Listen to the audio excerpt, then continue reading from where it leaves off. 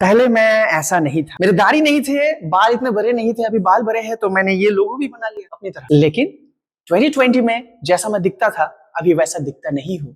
Thank God कि 2020 में मुझे टाइम मिला था। हाँ, कोविड आया था, उस टाइम पे मैं बहुत डर गया था और सैलून नहीं जाता था, बाल नहीं कटवाए, दाढ़ी नहीं कटवाए, तो ऐसा बन गया। बाद में मुझे लगा कि ये लुक्स बहुत अच्छा है, तो अब मैं इसको ही कैरी कर रहा हूं। इसे बोला जाता है ट्रांसफॉर्मेशन। ये बहुत मुश्किल था, उतना आसान नहीं था, टाइम लिया था, लेकिन एक चीज है जो आसान है। If you learn few things regarding grammar and English, वो आसान हो जाएगा।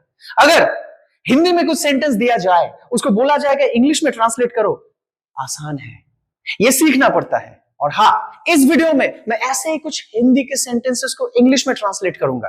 आप देखिए, ह्यूमन ट्रांसफॉर्मेशन की तरह सेंटेंस का ट्रांसलेशन उतना मुश्किल भी नहीं है। चलिए देखते हैं वन बाय वन। तो हमारा पहला सेंटेंस है, ये काम जल्दबाजी में मत करो नहीं तो गलती हो जाएगी। This is a conditional sentence, नहीं तो देखते हैं इसको कैसे हम ट्रांसलेट कर पाएंगे। आप बैठे बैठे शायद कुछ ना कुछ तो सोचे होंगे, आपके सोच के साथ हमारा सोच मिलता है कि नहीं, देखते हैं। चलिए, तो पहले देखते हैं कि ये काम मतलब दिस वर्क, जल्दबाजी, इन अ हरी और इन अ रश मत करो, do not do, नहीं तो otherwise, गलती, fault हो जाएगा, it will happen. So let's see, ये काम जल्दबाजी में मत करो नहीं तो, do not do this work in a hurry,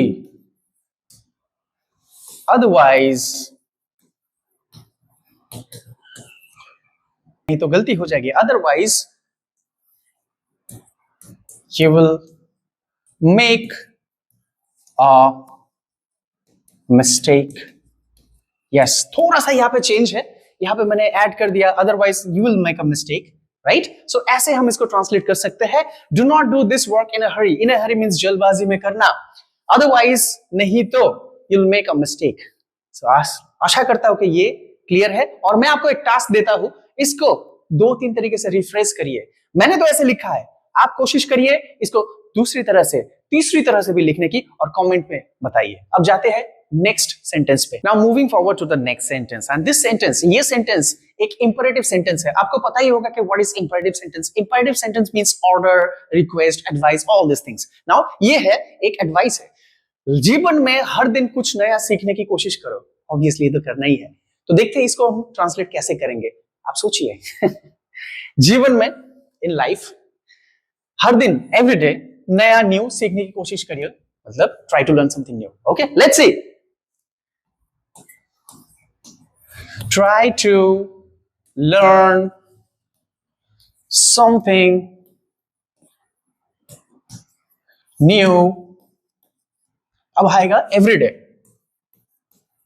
everyday in life, एकदम। तो जीवन में हर दिन कुछ नया सीखने की कोशिश करिए।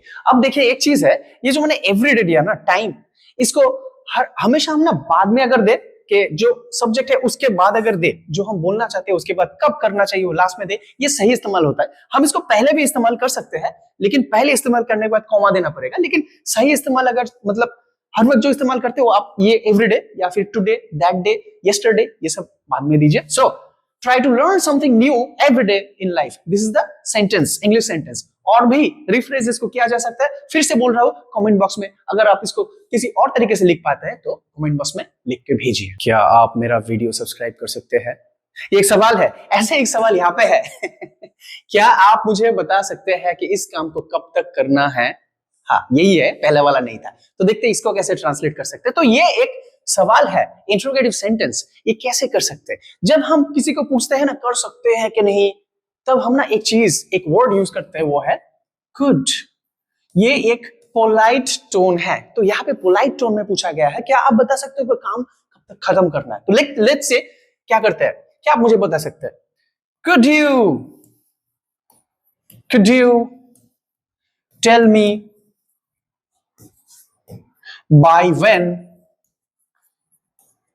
इस काम को, this work has to be done.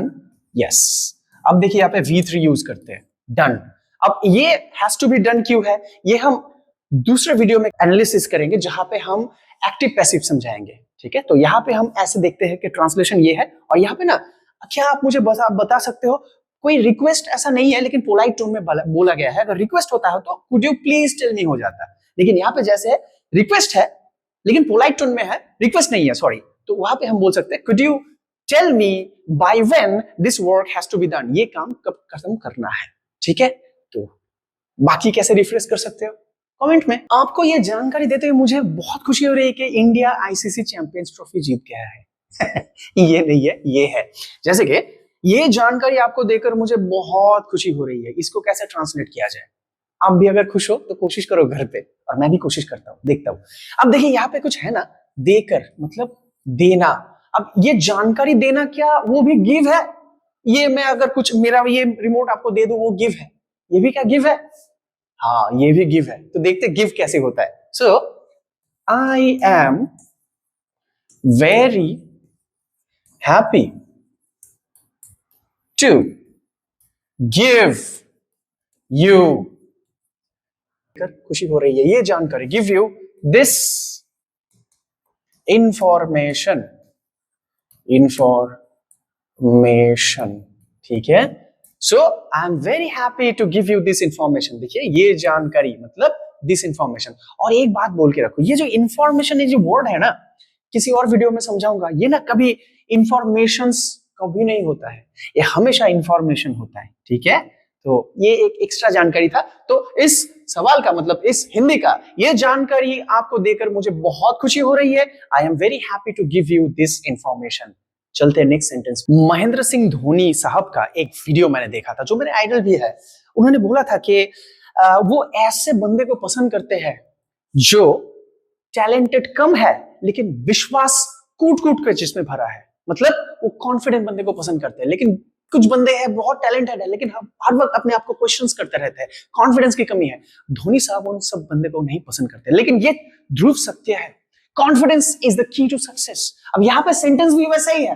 देखिए क्या है, जब तक तुम खुद पर विश्वास नहीं करोगे सफलता मुश्किल है। यस, देखते हैं इसको कैसे ट्रांसलेट किया जाता है। जब तक, इसका मीनिंग इंग्लिश में है until। अब यहां पे until स्पेलिंग लेकिन सिंगल एल है, डबल नहीं। until you believe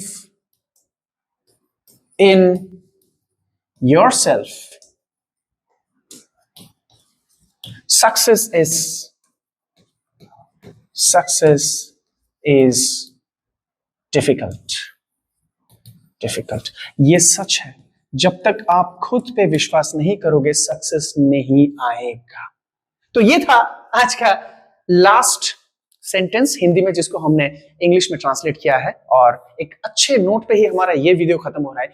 बाकी जो ट्रांसलेशंस है ऐसे ही डे टू डे जो हम यूज करते हैं सेंटेंसेस, उसका ट्रांसलेशन हम अगले वीडियो में करेंगे। So this was the first part of our translation series videos. ये पहला वीडियो था, इसके बाद भी ट्रांसलेशन का और भी वीडियो आएंगे। If you subscribe to our channel then you will get the notification of the next videos and you will improve your English day by day by watching our videos. So अगर आपको ऐसे video के सहारे आपके खुद के English को day by day improve करना है तो हमारे चैनल लेसन थ्रिल्स को सब्सक्राइब कीजिए।